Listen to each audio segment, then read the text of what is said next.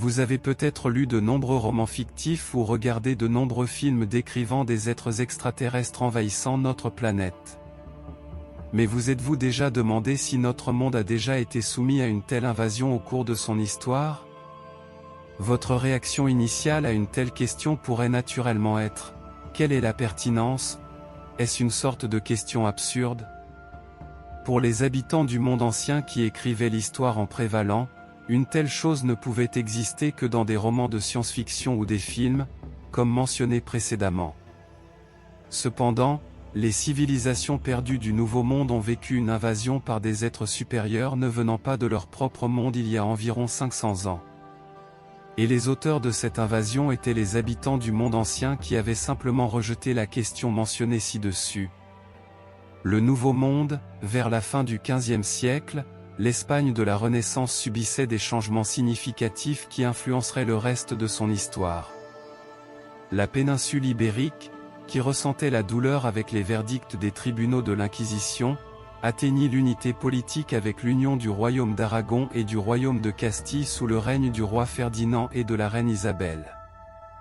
La Reconquista, la force la plus importante unissant les différents royaumes d'Espagne, était le nom général donné aux activités des royaumes ibériques catholiques visant à éliminer complètement les musulmans de la péninsule. La tentative d'expulser les musulmans d'Espagne, qui dura 700 ans, unit les royaumes sous l'égide du catholicisme, et en capturant Grenade en 1492, acheva le mouvement de reconquête. Au milieu de ces développements, la société émergente, l'identité espagnole montante, le militarisme et la profonde dévotion catholique se lancèrent dans de nouvelles quêtes. En regardant l'ensemble de l'Europe, le continent avait un système économique moins développé par rapport à tout au long du Moyen Âge. Bien que les Européens occidentaux aient atteint une certaine densité de population et un niveau économique vers la fin du Moyen Âge, les structures politiques sur ce continent, en particulier des pays comme l'Espagne et le Portugal, étaient bloquées à la fin du système économique, comme on le voit sur la carte. Les matières premières et la richesse se trouvaient en Inde, en Chine, c'est-à-dire à l'Est. Le flux de l'économie allait de l'Est vers l'Ouest. Les routes commerciales de ce flux étaient entre les mains des Turcs et d'autres États musulmans. Dans une tentative de rompre cela, les Occidentaux organisèrent les croisades au XIIe et XIIIe siècle. Ils essayèrent d'établir des colonies commerciales dans la Méditerranée orientale et la mer Noire. Cependant, ces initiatives n'ont pas produit les résultats escomptés. En d'autres termes, malgré leur développement, ils n'ont pas pu obtenir la part qu'ils voulaient dans le cycle économique. À ce stade, la Renaissance, et bien sûr, la diffusion des connaissances vinrent à leur secours. Des dizaines de marins et d'aventuriers qui cherchaient l'information selon laquelle en allant vers l'ouest de l'océan devant eux, ils atteindraient l'est de l'Inde se sont mis en route vers l'ouest avec de grands espoirs. D'une manière ou d'une autre, ils devaient atteindre l'est et accéder directement à la source de richesse. Ensuite, en 1492, Christophe Colomb, qui menait des activités d'exploration au nom des monarques espagnols, posa le pied sur les îles de la mer des Caraïbes. Colomb pensait que les endroits qu'il atteignait faisaient partie de l'Inde. Cependant, il a bientôt été réalisé par les Européens que les terres foulées n'étaient pas l'Inde mais un continent inconnu et non découvert. Maintenant, les équilibres allaient changer entièrement, les cartes allaient être redistribuées, et l'histoire de l'humanité allait être traînée vers un endroit complètement différent. Les terres récemment découvertes créèrent une grande excitation et joie parmi les Espagnols. Les découvertes successives augmentèrent l'attrait de la région. Des terres intactes, une terre sans fin pour la culture, des centaines de milliers de personnes pouvant être utilisées comme main-d'œuvre, de l'or et des pierres précieuses inimaginables, des communautés païennes à christianiser attendaient les habitants du monde ancien. Toute cette richesse aiguisa l'appétit des hidalgos en Espagne, c'est-à-dire les nobles sans le sou, les voleurs, les bandits, les vagabonds, les marchands déchus, les soldats avides et les prêtres missionnaires. Des groupes envahissant le nouveau continent au nom du roi et de la religion, comme on appelait le continent mystérieux, débarquèrent. Nous sommes venus ici pour servir Dieu et notre souverain. Mais en même temps, nous sommes venus pour la richesse ici, dirent les conquistadors, les conquérants du Nouveau Monde. La première chose à laquelle les conquistadors firent face, bien sûr, fut les autochtones de cette terre, les propriétaires du continent. Lorsque les Américains, qui croyaient qu'ils venaient du ciel, rencontrèrent ces personnes, ils furent déconcertés. Ils ne savaient pas quoi faire, beaucoup d'entre eux ne purent pas résister. Les habitants du monde ancien étaient bien supérieurs aux autochtones. Alors que les locaux avaient des bâtons aiguisés, les nouveaux venus avaient des fusils, des armures et armes en métal, des chevaux sur lesquels ils combattaient, des microbes auxquels les autochtones n'étaient pas immunisés, et surtout, la connaissance. La rencontre entre les peuples de ces deux mondes différents s'est transformée en une invasion. Compréhendant que les communautés qu'ils rencontraient étaient bien plus faibles qu'eux, les conquérants espagnols commencèrent à massacrer, à effrayer avec d'incroyables tortures et à asservir les autochtones. Pour les conquérants qui cherchaient de l'or et du pouvoir personnel, ces actions étaient légitimes. Si vous vous demandez ce qui rendait ces actions légitimes pour eux, c'était la seule chose qui légitimait l'invasion et le massacre, on pouvait le faire. Oui, même si c'est une vérité amère, ces conquérants, qui étaient les bras nus des terres et des mers, faisaient toutes ces choses simplement parce qu'ils le pouvaient. À une époque où l'humanité était loin du contrôle, de la morale, de l'éthique et de la conscience, et pensait que personne ne le voyait, elle pouvait se transformer en un méchant. Et c'est ce qui est arrivé aux conquérants espagnols. La cruauté provoquée par la solitude, combinée à la cupidité pour l'or et le pouvoir, a abouti au pire scénario pour les autochtones. Hernán Cortés et Montezuma, Hernán Cortés, un hidalgo, n'était qu'un parmi de nombreux Espagnols qui brûlaient d'enthousiasme pour les découvertes. En 1504, à l'âge de 19 ans, il traversa l'océan en tant que simple soldat sur un navire ordinaire, captivé par l'inconnu du Nouveau Monde et le charme des légendes. Ce jeune homme ambitieux, parvenant au centre de l'administration coloniale espagnole, Hispaniola, prit initialement des fonctions militaires simples. Après avoir participé à la prise de Porto Rico en 1508, de la Jamaïque en 1509 et de Cuba en 1511, il s'éleva pour devenir l'un des nobles influents dans la gouvernance coloniale espagnole, recevant d'importantes terres appelées encomienda sur ces îles.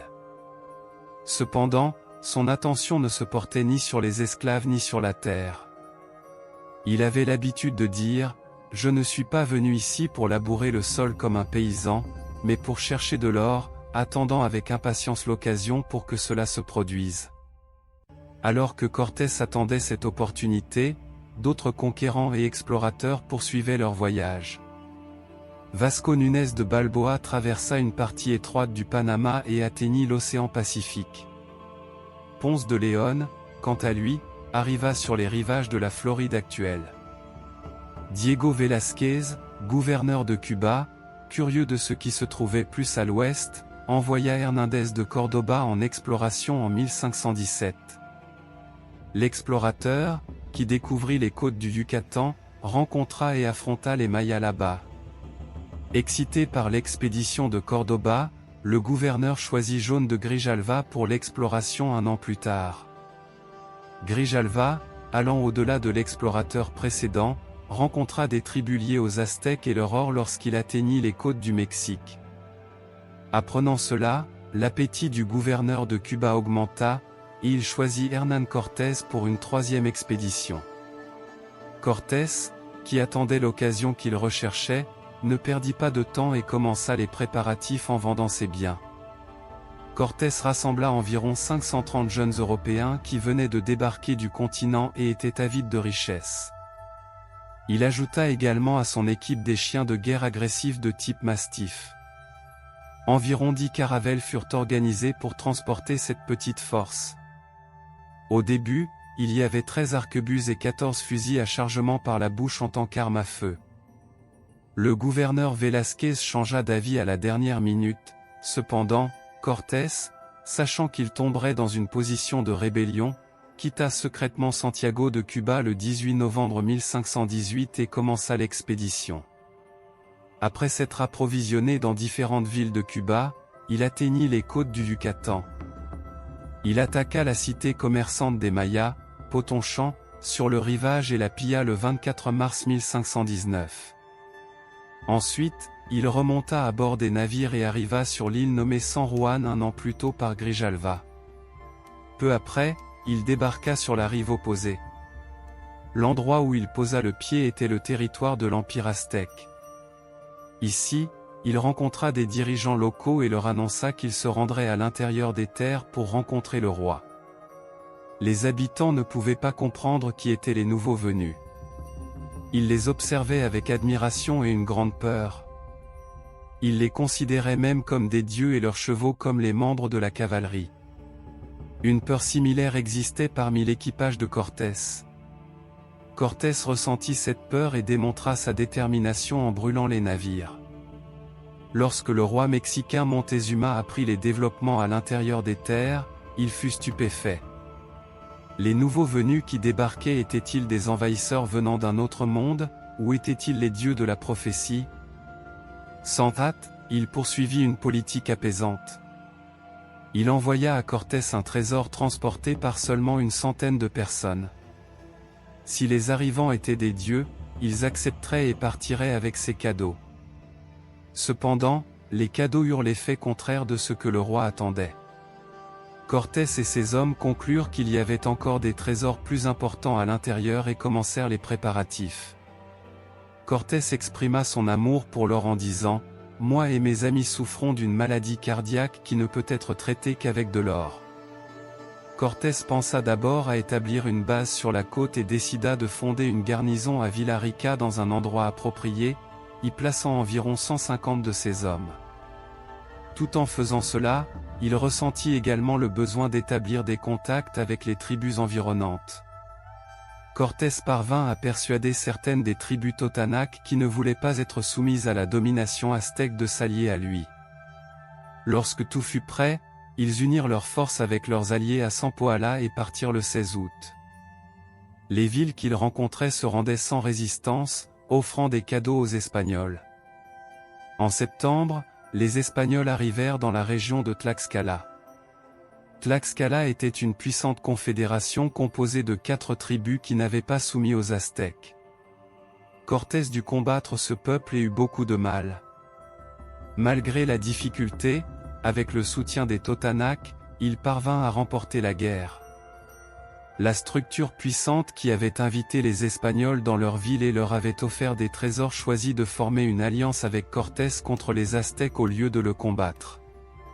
Ainsi, une alliance fut formée entre Cortés, les Totonac et Tlaxcala contre le royaume mexicain. Le rôle des habitants ici était inestimable. Oui, la technologie des Espagnols était bien supérieure à celle des communautés d'Amérique centrale, mais leur nombre était très faible, et leurs armes à feu étaient très limitées. De plus, la technologie et la science des années 1510 n'étaient pas assez puissantes pour conquérir la nature. Sans le soutien logistique, l'orientation, la puissance militaire et l'organisation des habitants, Cortés et ses hommes auraient eu très peu de chance. Arrivant dans la ville de Cholula le 12 octobre et la prenant d'assaut, Cortés et ses partisans tuèrent les habitants et pillèrent toute la ville. Suivant les conseils des habitants, ils grimpèrent sur les montagnes sinistres et élevées. Ils pillèrent ou incitèrent les cités-États qu'ils rencontraient à se rebeller contre les Aztèques, allumant des guerres internes. Les Espagnols atteignirent enfin la ville rêvée de Tenochtitlan. La ville, estimée avoir une population d'environ 200 000 habitants, était aussi belle que dans les contes de fées. Parmi les soldats espagnols, il y avait ceux qui étaient déjà allés à Istanbul, Rome et Cordoue, mais aucun d'entre eux n'avait rencontré une structure aussi magnifique. Tenochtitlan, dont ils ne cessaient de parler dans leurs souvenirs, était une structure construite sur des dizaines de petites îles reliées par des ponts sur un lac. Avec ses pyramides, temples, palais et jardins ordonnés, elle ne ressemblait ni aux villes asiatiques ni européennes. Alors que les Espagnols regardaient la ville avec admiration, le roi Montezuma accueillit les Espagnols avec une splendide cérémonie à l'entrée de la ville le 8 novembre. La rencontre entre Cortés et Montezuma fut l'une des scènes les plus mémorables de l'histoire du monde. Cette réunion n'était pas simplement une rencontre entre un roi-dieu et un explorateur, c'était la première fois que le Nouveau Monde et l'Ancien Monde se faisaient face, se regardant dans les yeux. Le résultat de ce contact visuel était attendu avec impatience par les présents. Si une guerre éclatait, la différence d'équipement entre les parties déterminerait sans aucun doute le cours de la bataille. Bien que les conquérants du Nouveau Monde aient quelques arquebuses, canons et arbalètes, les Aztèques avaient des frondes, des fléchettes et des flèches pointues à l'obsidienne utilisées comme armes à distance. Alors que les Aztèques utilisaient des boucliers et des armures en bois, décorées de cuir et solides, les Espagnols avaient des armures et des boucliers en métal. Comme armes de combat rapprochées, les Aztèques utilisaient des haches et des lances en cuivre et en pierre, mais leur arme la plus emblématique était le macuahuitl, une épée fabriquée avec des obsidiennes tranchantes de chaque côté d'un bâton long et droit. Les Espagnols avaient des épées en acier de Tolède. L'acier était encore plus impressionnant que la poudre à canon car, tandis que les armes entre les mains des Aztèques causaient très peu de dommages à leurs adversaires, les armes en acier pouvaient couper légèrement les natifs peu protégés ou à moitié nus en une seule attaque. La présence d'une poignée de cavaliers parmi les Espagnols leur donnait un avantage significatif, surtout en terrain découvert. En plus de ne pas avoir de chevaux, les Aztèques n'avaient pas non plus d'armes à utiliser contre les chiens de guerre mastifs du côté espagnol. Ils n'avaient jamais vu de tels grands chiens, ils avaient domestiqué des chihuahuas, mais les utilisaient comme source de protéines. Bien que les Espagnols soient technologiquement supérieurs aux dizaines de milliers d'armées aztèques, numériquement, ils n'étaient pas significatifs. Ce qui les soutenait en termes de nombre était, bien sûr, les autres tribus autochtones en position d'alliés. Enfin, il convient de noter que l'arme cachée des Espagnols, dont ils n'étaient pas conscients eux-mêmes, était le microbe. Comme les Amérindiens avaient été séparés de leurs parents en Eurasie pendant des millénaires, leur niveau d'immunité avait suivi un cours très différent.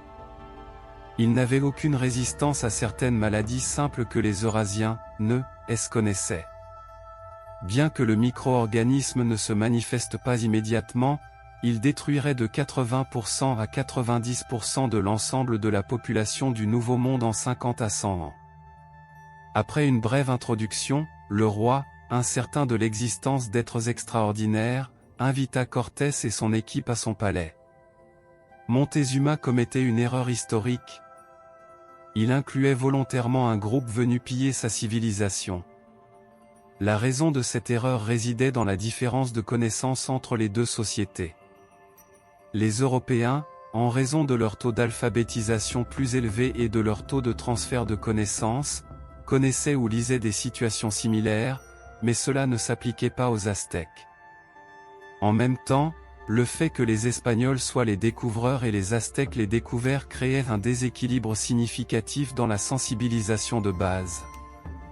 En bref, le fossé d'information des autochtones et leur incapacité à saisir pleinement ce qui se passait conduisirent Montezuma à cette grande erreur. Après une semaine d'exploration libre de la ville par les Espagnols, les choses commencèrent à changer. Les Aztèques brisèrent peu à peu la perception que les Espagnols étaient invincibles ou immortels. Cortés, sentant le danger, captura le roi Montezuma dans son propre palais avec un stratagème. Pendant des mois, il gouverna la capitale à sa guise à travers le roi marionnette, ayant tous ses désirs comblés. Le danger inattendu vint à Cortés de son propre royaume. Le rebelle Cortés avait formé une nouvelle unité d'exploration pour le punir, composée de 19 navires, 20 canons, 80 arquebusiers, 120 arbalétriers et 80 cavaliers, commandés par Pamphilo de Narvaez. Cette unité arriva le 19 avril 1520 sur l'île de San Juan. Cortés, avec environ 120 hommes, en laissant 60 hommes dans la capitale, se mit en route avec 80 hommes. En chemin, il descendit rapidement vers le rivage avec certains de ses hommes, occupés à chercher de l'or à l'intérieur, guidés par les habitants. Se renforçant avec 60 hommes de Villarica, il arriva à Sampoala et lança une attaque surprise contre les forces de Narvaez, remportant une victoire facile et sans effusion de sang. Après la confrontation, Cortés réussit à convaincre les hommes de Narvaez de se joindre à son expédition, réalisant un succès inestimable. Tandis que Cortés savourait sa victoire et élaborait des plans pour étendre sa colonie, la nouvelle arriva que tout dans la capitale avait été détruit, Tenochtitlan brûlait. Alvarado dans la capitale, confondant le festival Toxcatl avec une tentative de rébellion des nobles aztèques, avait tué des milliers d'Aztèques dans le temple et le palais devant les yeux du roi. En réponse, les citoyens se révoltèrent et assiégèrent les Espagnols. Apprenant cette nouvelle, Cortés conduisit ses hommes lors d'une marche de la mort, ils devaient atteindre la ville immédiatement. Montezuma, enchaîné à ses pieds, contenait temporairement son peuple sous la contrainte d'Alvarado, mais cet appel mit également fin à la réputation restante du roi aux yeux du peuple. Le 24 juin, Cortés, avec l'aide de Tlaxcala, entra dans la ville où la tension était grande. Il libéra le frère du roi pour montrer sa bonne volonté envers le peuple, mais ce fut une erreur. Le peuple mexicain avait réalisé, bien qu'un peu tardivement, qu'il devait lutter contre l'homme blanc inconnu. Libéré de sa captivité, Cuitlahuac prit le commandement de la rébellion et attira Cortés et ses hommes dans un piège dans la zone du palais et du temple. On aurait dit que le jour du jugement dernier était venu pour les Espagnols. Ils amenèrent immédiatement le roi sur le toit du palais, lui demandant de calmer la foule. Le discours du roi ne fonctionna pas car Montezuma n'avait plus d'autorité. La foule en colère le blessa gravement avec des flèches et des pierres. Maintenant rejeté par les Espagnols car inutile, le roi mourut dans l'obscurité en 1 à 2 jours. Cortés cherchait désormais des moyens de s'échapper de la ville. Les conflits devant le palais et le temple montrèrent à quel point la situation était difficile. Lorsque sa première tentative échoua, le conquistador élabora un deuxième plan plus détaillé. Il quitterait la ville avec une opération de contournement où tous ses hommes se rangeraient en colonne à l'ouest de la ville. Il emporterait avec lui toutes ses munitions et les 8 tonnes d'or qu'il avait collectées. L'opération commença par une nuit brumeuse et pluvieuse du 1er juillet. Dès le début de l'opération de contournement, les Aztèques, lançant des flèches à la fois depuis la terre et le lac, transformèrent la situation en chaos en combattant sans relâche.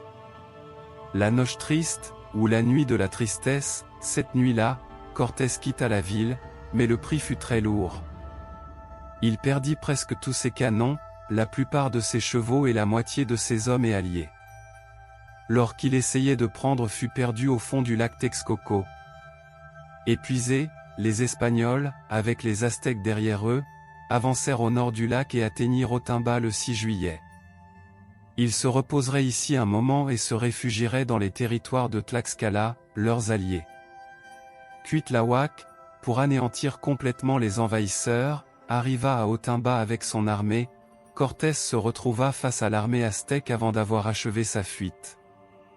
Environ 500 Espagnols et quelques centaines de guerriers tlaxcaltèques formèrent une formation carrée, s'appuyant les uns sur les autres. Des dizaines de milliers de Mexicains attaquèrent ce carré défensif à plusieurs reprises. Bien que leurs armes à feu et leur acier leur donnent un avantage, survivre parmi tant de personnes était impossible. Le sachant, Cortés sauta sur son cheval et prit 5 cavaliers avec lui. Au total, 6 cavaliers et quelques chiens de guerre blindés avancèrent, se frayant un chemin à travers la foule jusqu'à atteindre le commandement aztèque. Lorsque de nombreux nobles du commandement furent tués à la suite de l'attaque, les autochtones paniqués commencèrent à se disperser. Profitant de cette dispersion, les Espagnols tuèrent autant d'autochtones qu'ils le pouvaient et saisirent l'opportunité de s'échapper vers les territoires de Tlaxcala. Ils s'étaient réfugiés sous les ailes de leurs alliés, mais la situation était très critique.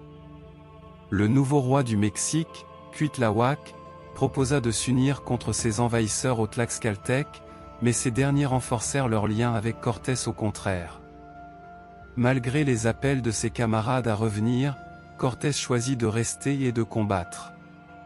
À partir de ce moment, les partis commencèrent à chercher des alliés pour leur cause. Cortés et les autochtones qui le soutenaient attaquèrent les cités et tribus environnantes une par une, les incluant de force dans leurs alliances. Certains s'approchèrent aussi de Cortés car ils ne voulaient pas du règne aztèque. Le roi Cuitlahuac tenta de reconstruire la capitale et chercha une alliance, mais en raison des oppressions précédentes de la nation, il ne put trouver beaucoup de soutien. Ce qui les a vraiment dévastés, c'était l'arme invisible, le microbe. L'épidémie de variole qui avait ravagé Cuba l'année dernière avait maintenant été apportée en Amérique centrale par les conquistadors. Le microbe faucha des milliers de personnes sans immunité contre cette maladie, quelle que soit leur tribu. L'un de ceux qui s'enfuit sous terre serait le roi aztèque. Un certain soutien commença à arriver pour Cortés des Antilles. Avec ce renfort, Cortés attaqua tous les établissements sur les routes entre le rivage et Tlaxcala. Ceux qui n'obéissaient pas étaient punis par 3 choses, le pillage, le massacre et l'esclavage. D'autre part, il fit fabriquer de petits navires du type brigantin. Il les ferait flotter sur le lac Texcoco. Les Aztèques, choisissant Cuauhtémoc, le neveu des 2 derniers rois, comme leur roi, se préparèrent à l'attaque espagnole. En décembre 1520, Cortés commença son expédition. L'armée de Cortés, qui atteignit le Grand Lac, captura la ville de Texcoco le dernier jour de décembre et convainquit cette puissante cité de se joindre à lui. Ensuite, il lutta pendant des mois pour isoler Tenochtitlan et la vallée de Mexico. Alors que les guerres acharnées autour du lac se poursuivaient, la vallée se remplissait de ceux qui soutenaient et combattaient contre les Aztèques. Tandis que les forces espagnoles de Cortés augmentaient à 15 canons, 700 fantassins à la lance, 86 cavaliers, 118 arquebusiers arbalétriers et 13 brigantins, les forces de ses alliés atteignirent 200 000. Les Aztèques comptaient environ 100 000 guerriers, civils exclus, et environ 400 canoës. En regardant les chiffres, il était évident que cette guerre était une guerre civile indigène façonnée par les Espagnols. Au début de juin, alors que Cortés abaissait sa flotte dans le lac, ses lieutenants sécurisaient les passages vers Tenochtitlan et commençaient à la mettre en état de siège. Alors que 3 grands groupes venant de l'ouest, du sud et du nord attaquaient la ville, un conflit féroce éclata entre les navires et les canoës sur le lac. À mesure que la ville se transformait en ruine contre les attaques, les Mexicains, plus expérimentés contre les Espagnols que l'année précédente, surprirent leurs adversaires avec de nouvelles tactiques. Juillet fut un tournant critique dans la guerre, où la tension était constamment élevée. Le côté de Cortés commença à remporter succès après succès en série. Le 21 juillet, certains groupes d'assaut espagnols unirent leurs forces et parvinrent à mettre le feu au palais. Confrontés à l'épuisement, à la faim et à la variole, les Aztèques se retirèrent sur le marché pour leur dernière résistance le 25 juillet. Dans les parties restantes de la ville, un génocide commença qui étonna même les Espagnols. Les autochtones combattant contre le Mexique tuèrent impitoyablement tous les civils avec des rituels cérémoniels. Cuauhtémoc, qui résista honorablement sur le marché un peu plus longtemps, fut capturé le 13 août alors qu'il essayait de s'échapper en canoë et livré à Cortés. Sa reddition entraîna un profond silence après un cri amer pour Tenochtitlan. Les pertes totales des 2 côtés s'élevaient à environ 250 000. 250 000 de personnes étaient mortes pour les « maladies qui ne pouvaient être traitées qu'avec de l'or » de Cortés et de ses amis. Malgré le pillage de la ville, Hernán Cortés ne trouva pas le trésor massif qu'il avait perdu lors de la nuit de la tristesse. Bien qu'il ait torturé le roi Cuauhtémoc pour apprendre l'emplacement du trésor, il ne put rien apprendre et brûla le roi silencieux jusqu'à la mort. Les moments où les cendres du roi Cuauhtémoc furent dispersées dans la vallée de Mexico furent les derniers moments de Tenochtitlan et de la civilisation aztèque.